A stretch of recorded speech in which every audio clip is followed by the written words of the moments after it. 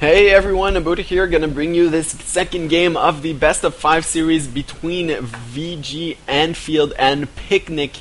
This is from the round of 16 from the Gamecom Open tournament. These players have had to play through more than 1,000 players to get to this point.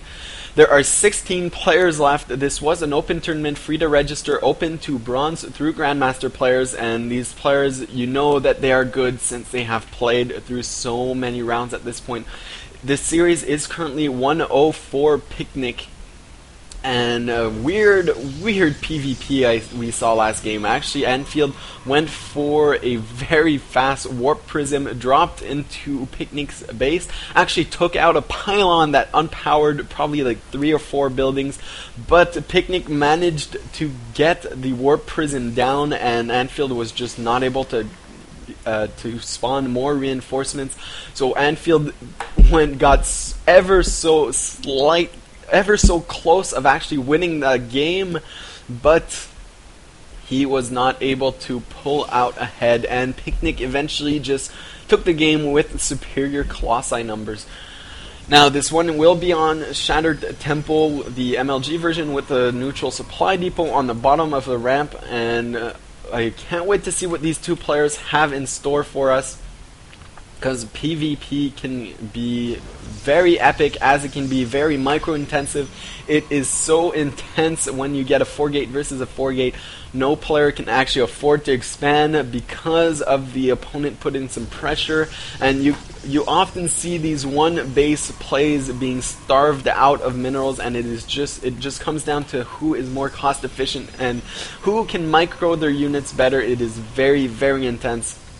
Now Anfield again has the ever slightest probe advantage here. His probe is slightly before his opponent's, and that just goes to show you how important smoothing out your build is. It's not about what your build is, it's about how smooth it is. Don't forget those probes.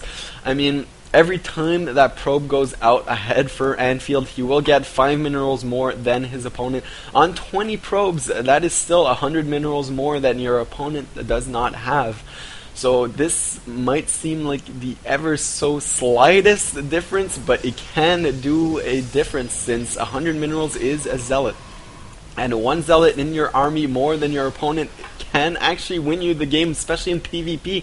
So these slightest details are so important at this high level of play. And chrono boosting his Cybernetics core for that warp gate technology, as well as his stalker, gonna be able to kill this scouting probe, and that is when we will actually see the tech path by Anfield and Picnic. Picnic right now has not yet chosen his tech pass. He is as well chrono boosting his warp gate technology, but fortunately for him, he does not have a scouting probe in his base, so he is free to actually throw down his buildings whenever he wants. That scouting probe did die to this stalker, and now look for the tech path 4-gate from Anfield coming up from Picnic, sorry.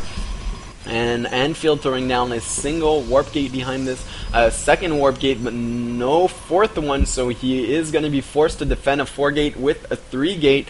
He is going to be slightly heavier on gas, so he might be able to get some nice force fields, some nice force fields down, and those will actually be crucial, because he has been mining gas on 2 geysers for a bit longer than his opponent. Picnic is actually not mining gas from his second geyser right now.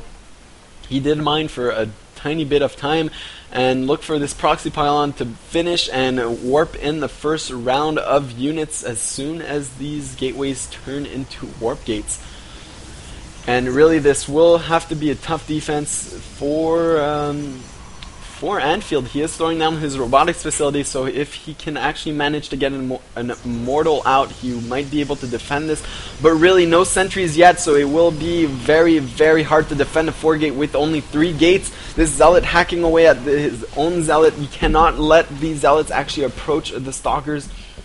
And really, for some time, Picnic will have more units than Anfield, and this is going to be so hard to defend. Actually, Picnic has a pylon on the low ground, will be able to warp in on the high ground to Zealots, and this will be actually huge if these Zealots can actually start hacking away at these Stalkers.